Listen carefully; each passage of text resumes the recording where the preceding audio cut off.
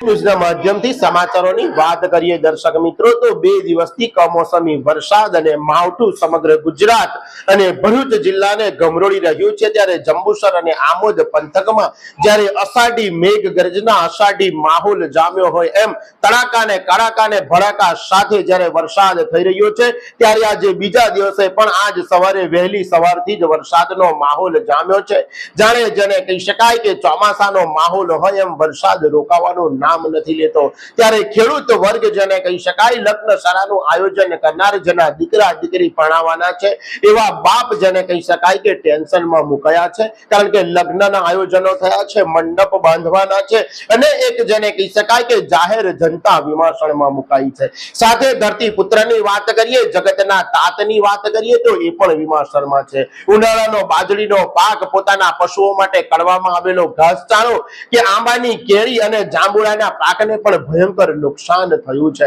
અને ખેડૂત તારાજી તરફ પ્રવર્તી રહ્યો છે ત્યારે જંબુસર પંથકમાં ઈંટ ઉદ્યોગ પણ ફૂલ્યો ફાલેલો છે અને ઈંટ ઉદ્યોગોના જે ભઠ્ઠા સંચાલકો છે એમના માલને પણ ઘણું જ નુકસાન થવા પામ્યું છે અને આ ભઠ્ઠા સંચાલકો પણ જેને કહી શકાય કે વિમર્શણમાં મુકાયા છે કમોસમી વરસાદે જાહેર જનતાને જેને કહી શકાય કે ઘણું જ નુકસાન કર્યું હોય એવું કહી શકાય પરંતુ આ કુદરતી આફત છે એના સમૂહ માણસ વામરો જ છે આપણે કશું જ ન કરી શકીએ અને અંતે તો આ કુદરતી આફતને આપણે સહેવી જ પડે।